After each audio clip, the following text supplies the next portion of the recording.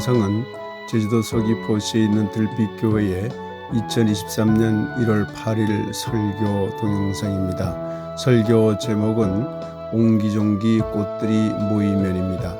이 동영상과 함께 소중한 시간 되기를 기원합니다. 오늘의 말씀 함께 보도록 하겠습니다. 누가복음 12장 24절에서 27절 말씀입니다. 다 같이 한 목소리로 읽도록 하겠습니다. 까마귀를 생각하라. 심지도 아니하고 거두지도 아니하며 골방도 없고 창고도 없으되 하나님이 기르시나니 너희는 새보다 얼마나 더 귀하냐. 또 너희 중에 누가 염려함으로 그 키를 한 자라도 더할 수 있느냐. 그런즉 가장 작은 일도 하지 못하면서 어찌 다른 일들을 염려하느냐. 백합화를 생각하여 보라. 실도 만들지 않고 짜지도 아니하느니라. 그러나 내가 너희에게 말하노니 솔로몬의 모든 영광으로도 입은 것이 이 꽃 하나만큼 훌륭하지 못하였느니라. 말씀을 받습니다. 아멘. 네, 오늘은 옹기종기 꽃들이 모이면이라는 그런 제목으로 말씀을 드리겠습니다. 지난해 7월 17일 날 제가 자료를 정리하다 보니까 우리 교회 교우들이 모여서 함께 이야기를 나눈 기록 자료가 있었습니다. 그 자료를 제가 다시 이렇게 한번 훑어봤습니다. 살펴보니까 우리 교우들이 생각하는 우리 교회 모습이 드러났습니다. 그 내용에 보니까. 그걸 제가 정리해 보면 이렇습니다. 기존 신앙이, 과거에 믿었던 기존 신앙이 얼마나 잘못되었는지 이 교회를 통해서 깨닫고 큰 충격을 받았고, 과거 신앙에 대해서 분노가 일어났고 절망하기까지 되었다. 이런 이야기들이 오고 갔습니다. 주일 성수 안 하면 마치 지옥 가는 것처럼, 11조 헌금 안 하면 큰 죄를 짓는 것처럼, 새벽 기도에 나오는 것으로 신앙의 높낮이를 판단하는 목사들, 그런 것들이 잘못된 신앙임을 깨닫게 되어서 너무 충격을 받았고, 어떤 면에서 과거 신앙에 대해서 큰 분노를 느꼈다는 이야기들을 여러분들이 많이 하셨더라고요. 무조건 성서나 교리나 설교는 무조건 믿으라고, 따지지 말고 무조건 믿으라고 하는 그런 것도 틀렸다는 것을 알게 되었다고 우리 교우들은 이야기를 했습니다. 무조건 헌금 많이 하시오. 무조건 교회에 나와서 목사의 말 복종하시오. 이래서는 안 되는 겁니다. 우리 교회는 그러지 않습니다. 다 열어드렸습니다. 그랬더니만 과거 신앙을 버리고 과거 신앙에서 얻게 되는 항상 죄의식으로 짓눌려 있는 두려움과 공포감을 완전히 벗어나서 새롭게 신앙적 자유를 누리게 되었습니다. 이 말을 듣고 저는 너무 행복했습니다. 그래요. 여러분들 신앙적인 자유를 누려야 됩니다. 이것이 우리 교회의 큰 장점입니다. 그런데 우리가 그렇게 신앙적 자유를 누리고 아주 오픈 마인드를 가진 행복한 교회가 됐어요. 그건 저도 그렇게 느껴집니다. 우리 교인들 보면 많은 변화가 일어났어요. 좋아요. 그런데 교인들의 이야기를 메모한 걸 보니까 아쉬운 점이 있더라고요. 우리 교회도, 우리 교회라고 뭐 다 좋겠습니까? 저 개인적인 얘기를 해서 죄송하지만 어떤 교인들이 저를 지적을 하면서 이렇게 얘기했더군요. 목사님의 설교와 가르침은 너무 좋습니다. 그거 듣고 너무 행복합니다. 너무 좋은 콘텐츠를 가지고 있습니다. 그런데 우리만 알고 있어요. 다른 데 전혀 알리지 못하고 있어요. 우리만 알고 있다는 게 너무 안타깝습니다. 이런 얘기를 해 주시더라고요. 저도 기분 좋지만 한편 생각하면 그렇다. 아쉽다. 널리 알릴 수 있다면. 그래서 교인들이 온라인을 개발하고 또 교회 시스템을 지금과 달리 좀 더 개혁을 해서 좋은 콘텐츠를 널리 알렸으면 좋겠다라는 희망을 그런 말을 하는 분도 있었습니다. 그런데 또 다른 관점에서 이런 말을 하시는 교우님이 있었습니다. 자유로워지는 만큼, 신앙적인 자유를 느끼는 만큼 신앙에 대한 열정은 식어가는 것 같습니다. 이렇게 말씀하는 교우도 있었습니다. 교우들의 이야기를 통해 본 우리 교회의 과제를 종합하면 두 가지입니다. 하나는 새 신앙을 통해 신앙적 성숙과 신앙적인 자유를 얻었지만 신앙적 열정이 약해졌습니다. 그것도 그렇게 느껴집니다. 제가. 이건 우리 교회가 고쳐야 될 점이죠. 과제죠. 앞으로 해결해야 될 과제입니다. 또 하나는 앞으로 계속 더 새로워지고 계속 더 성숙해지기 위해서 교회 시스템을 지금보다도 더욱더 혁신해야 된다는 과제를 우리 교회는 안고 있습니다. 오늘 이 두 가지 과제 중에서 첫 번째 과제, 신앙적 열정에 대해서 함께 생각해 보려고 합니다. 여러분, 20, 30년 전만 하더라도 기독교 믿는 사람들이 신앙에 대한 열정이 불같았습니다. 다 세상 일을 버리고도 무조건 교회라면 와서 교회에 모이고 기도하고 성경 공부하고 그 열정이 뜨거웠었죠. 그 신앙적 열정이 어디서 나왔을까요? 왜 신앙적 열정이 지금은 사라지고 예전에는 뜨거웠을까요? 과거의 기독교는 하나님을, 신을 절대 불변이며 완전하고 동일한 분이라고 믿었습니다. 여러분 교회에서 그렇게 들어오셨는지 모르겠습니다. 절대적인 하나님, 불변하는 하나님, 완전하신 하나님, 언제나 동일하신 하나님, 이렇게 여러분들이 찬양을 부르고 있는지 모르겠습니다. 그것은 과거의 신앙입니다. 기독교 신자들이 왜 이중인격자가 많은 줄 아세요? 사회 여론조사를 보면 가장 이중적인 사람이 개신교 신자입니다. 가장 이중적인 게 개신교 신자예요. 왜 그럴까요? 무의식적으로 이중인격을 만들어서 그래요, 교회가. 여러분, 하나님을 절대 불변의 하나님으로 믿으세요? 그러면 거짓말 하는 거예요, 여러분들의 신앙이. 왜 그럴까요? 하나님이 절대 불변이시면 기도를 못해요. 왜? 하나님이 이미 딱 정해져 있잖아요. 백날 기도해보세요. 변하는 거 안 변하지. 그러니까 말로는 절대 불변 하나님 찬양합니다. 말은 하면서 기도는 달라. 변하세요, 변하세요 하잖아요. 다 이중인격을 만들고 있어요. 그러니까 무의식적으로 기독교 신자들이 다 이중인격자가 되고 있는 거예요. 교회가 그렇게 가르쳐버린 거예요. 바보들이 되고 있는 거죠. 기독교 신자들이. 하나님은 절대 불변이신 하나님이라면 우리의 기도를 절대 들어주지 않습니다. 왜? 딱 정해놓고 안 변해요. 그러나 하나님은 변하십니다. 우리는 변하는 하나님을 믿어요. 왜? 우리의 기도를 들으시는 분이라고 믿는 거죠.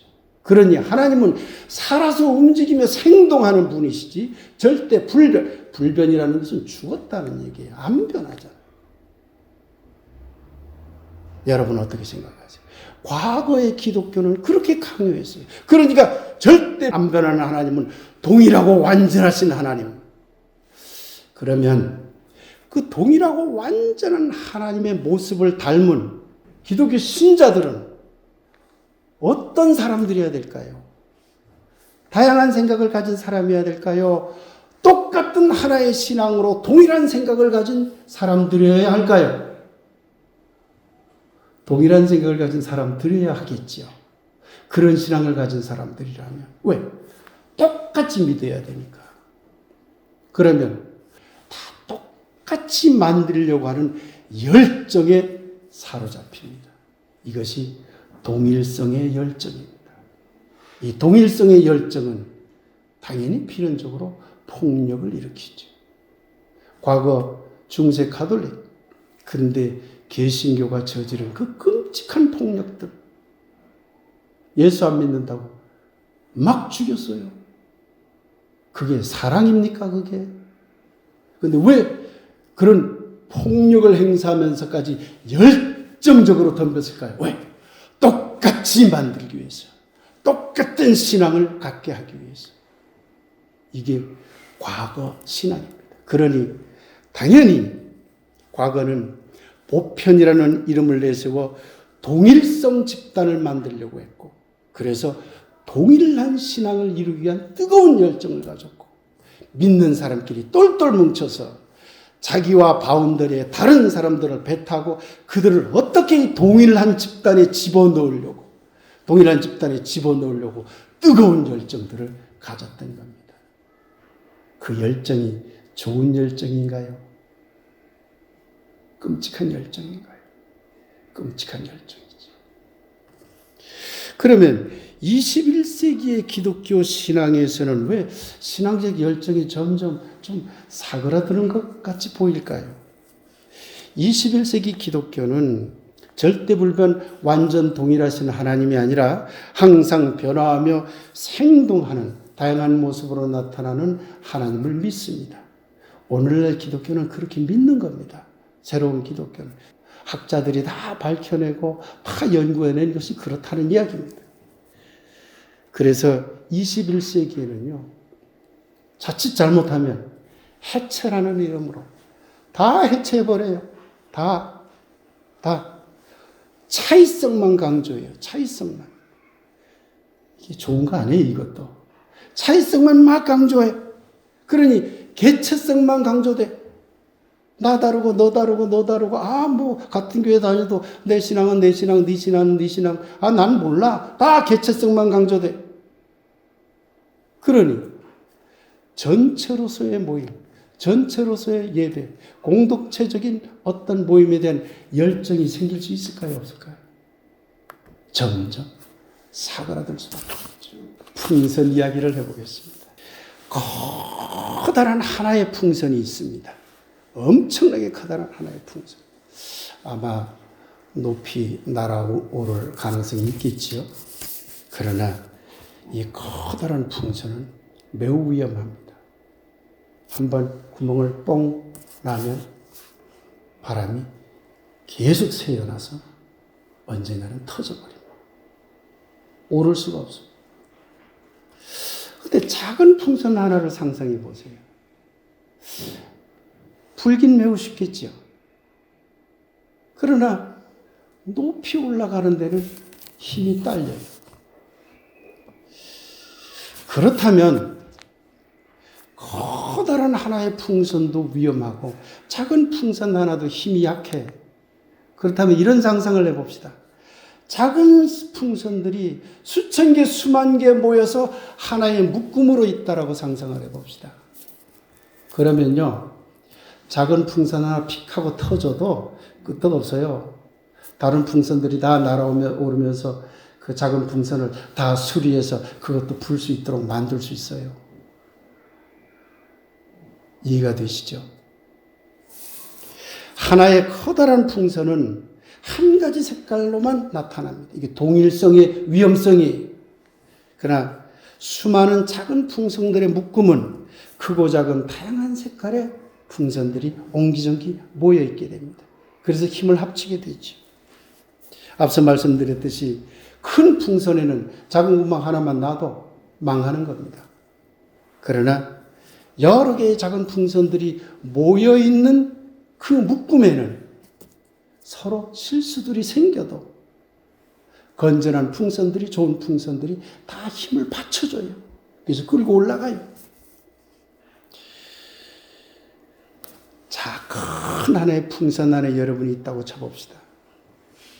그러면요, 누군가가 나타나서 꼼짝하지 말고 움직이지 마.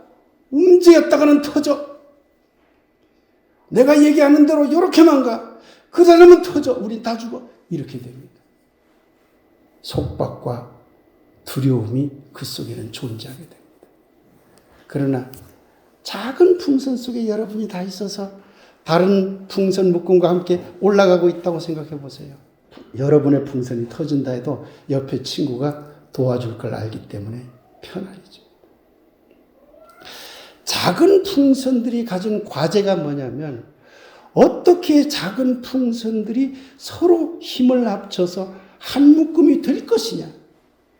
한 묶음만 될 수 있으면 작은 풍선들의 묶음은 매우 안전하고 매우 행복하게 매우 높이 하늘 높이 올라갈 수 있는 겁니다.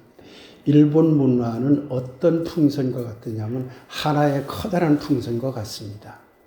일본이라는 나라는 한 가지 색깔로만 가는 나라예요. 그래서 일본 가서 살아보신 분들은 일본이라는 시스템 밖으로 나가려고 하면 왕따 당합니다. 이짐에 당합니다. 못 살아요. 어떤 동네에 가서 살면 그 동네라는 울타리 밖에 행동을 하려고 하면 다 이짐에 왕따 시켜버려요. 못 살아요. 그 속으로 들어가야 돼요. 항상 커다란 풍선 하나 시스템으로 살아가는 나라가 일본입니다. 일본은 매우 위험한 나라예요. 지금 일본이 구멍이 터졌어요. 한 30년 전에. 올라서질 못해요. 계속 내리막길이. 앞으로도 계속 갑니다. 풍선 자체를 바꾸지 않는 한 망합니다. 왜? 큰 풍선이 터져버렸거든요. 우왕좌왕하고 있어요. 한국은 작은 풍선의 나라입니다. 일본 사람들이 한국 문화를 비판하기를 저것들은 모래알 같아서 말이야 서로 흩어지기 좋아하고 서로 싸우기 좋아하고 이렇게 비판하죠. 그런 점도 없잖아 있어요. 인정할 건 인정합시다. 그러나 그 작은 풍선들이 한 묶음이 되는 순간 엄청난 에너지를 발휘하는 게 한국 문화예요. 지금 우리나라 상황이 그런 상황. 이 작은 힘들이 뭉쳐 있어요. 요즘 조금 위험해. 요즘 나라가 조금 이걸 막 깨부수려고 큰 풍선 하나를 만들려고 자꾸 해, 이 나라가. 그러면 망해요, 이 나라. 작은 풍선들의 집합, 묶음을 이걸 강화해 나가야 돼요. 얼마 전까지 그걸 강화했거든요. 근데 얼마 후부터 1년 전부터 좀 이 나라가 좀 이상해. 그러나 어쨌든 우리나라의 기본적인 틀은 작은 풍선들의 묶음이 중요하다는 걸 깨달은 나라예요. 그래서 우리나라는 알록달록 옹기종기 색동옷을 좋아하는 거예요. 일본은 빨간색 하나만 좋아해요. 우리는 온갖 알록달록한 색깔을 좋아하는 나라. 문화가 아주 다른 겁니다. 저는 한국 문화의 이 작은 풍선, 이것을 어떻게 묶을 것인가 하는 관건, 과제는 있지만 이 묶음만 제대로 된다면 한국은 앞으로 전 세계에서 계속 발전할 겁니다.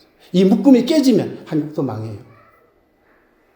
이 깨지는 세력을 우리는 경계해야 되는 것이죠. 21세기 신학자들은 하나님을 어떻게 이해하느냐 하면 커다란 풍선은 하나님이 아니라고 봅니다.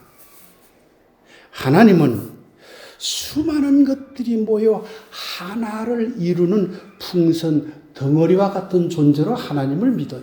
그게 21세기 신학입니다.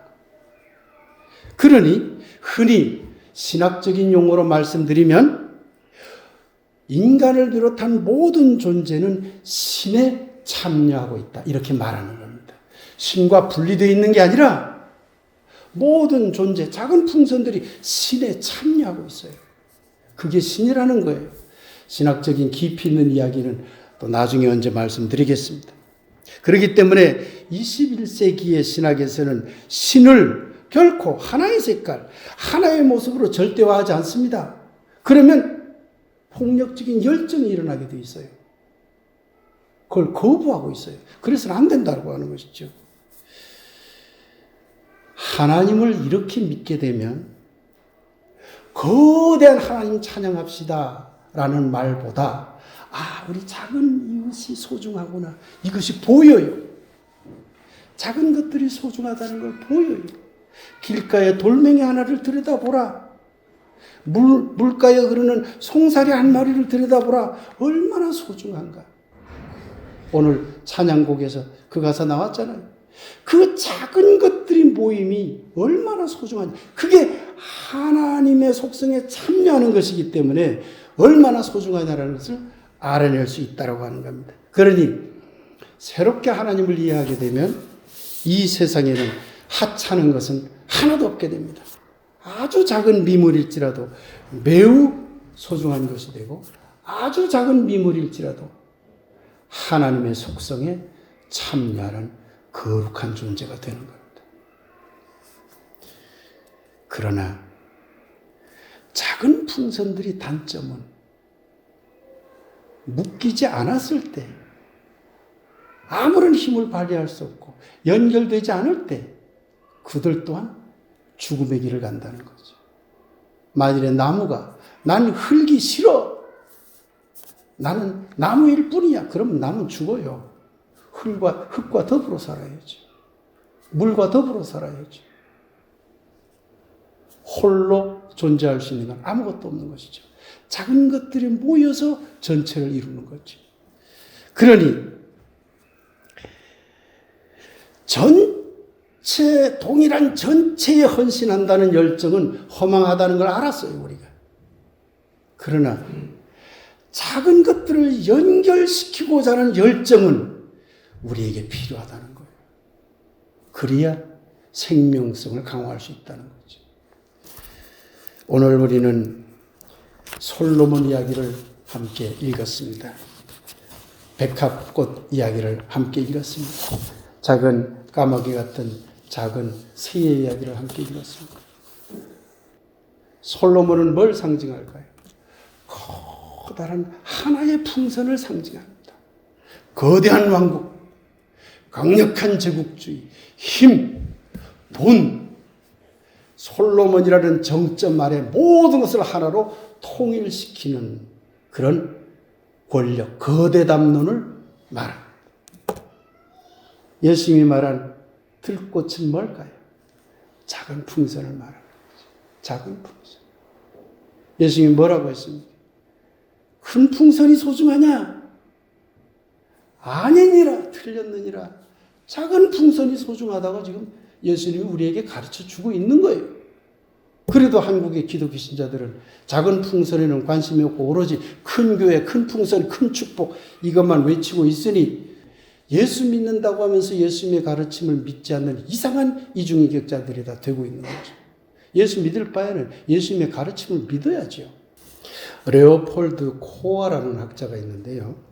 이 학자는 일생을 걸고 뭘 연구한 학자냐면 작은 것을 연구한 분이에요. 참 재미있는 학자죠. 작은 것들의 아름다움과 작은 것들의 사랑과 작은 것들의 평화와 작은 것들의 행복을 연구한 사람이죠. 그래서 이 코어라는 이분은 거대한 제국주의, 거대한 국가주의, 거대한 신, 거대한 교회, 거대한 경제구조, 거대한 블록 형성 등은 인간을 불행하게 만든다. 이렇게 보았습니다. 저도 이분의 주장에 동조하는 사람입니다. 코어라는 학자의 주장처럼 신앙에서도 거대한 제국주의적인 교회나 신앙을 만들어서는 안 됩니다. 그건 인간을 불행하게 만들고 이 세상을 파괴해버립니다. 도리어 작은 것이 아름답다는 신앙의 길을 가야 한다는 말입니다. 사랑하는 여러분, 하나님은 하나의 커다란 풍선의 나라가 아닙니다. 작은 꽃들이 저마다 예쁘다고 다투는 나라도 아닙니다. 하나님 나라는 수많은 작은 풍선들이 서로 엮이고 엮여서 커다란 풍선 덩어리를 만드는 것과 같고, 하나님 나라는 작은 꽃들이 서로 옹기종기 모여서 아름다운 꽃밭을 만드는 것과 같습니다. 그러기에 21세기 새로운 신앙의 길에 들어선 길벗들이라면 저마다 자기 꽃을 아름답게 피우면서도 동시에 그것만 하면 안 돼요. 그러면 작은 꽃들끼리 서로 싸움만 나거든. 자기의 꽃을 아름답게 피우려고 애씀과 동시에 다른 꽃들과 옹기종기 함께 어울려 피려는 열정을 가져야만 합니다. 열정이 달라져야 하는 거예요. 큰 동일성 속에 들어가려는 열정이 아니라 작은 것들을 묶으려고 하는 열정으로 우리의 열정을 바꿔야 하는 겁니다. 여러분이나 저나 우리 모두는 작은 꽃들입니다. 저마다 아름다운 꽃들입니다. 그러나 저마다의 꽃들이 아름다운 것은 다른 꽃들과 어울릴 때입니다. 옹기종기 꽃들이 모이면 그야말로 하나님 나라의 아름다운 꽃밭이 만들어질 것입니다. 사랑하는 여러분, 이러한 열정에 참여하려는 여러분 모두 위에 꽃밭이 주는 아름다움과 향기로 여러분의 삶이 더욱 행복해지기를 모든 존재의 참여로 하나를 이루시는 하나님의 이름으로 간절히 축복하며 기원합니다. 아멘. 이제 작은 것이 아름답습니다 라는 주제로 잠시 말씀 묵상을 드리겠습니다.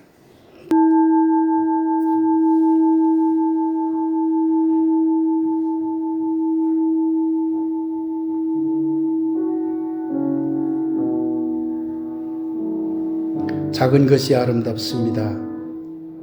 작은 여러 가지의 것들이 함께 어울리면 더욱 아름답습니다. 옹기종기 꽃들이 모이면 그래서 너무 아름다운 꽃밭이 됩니다.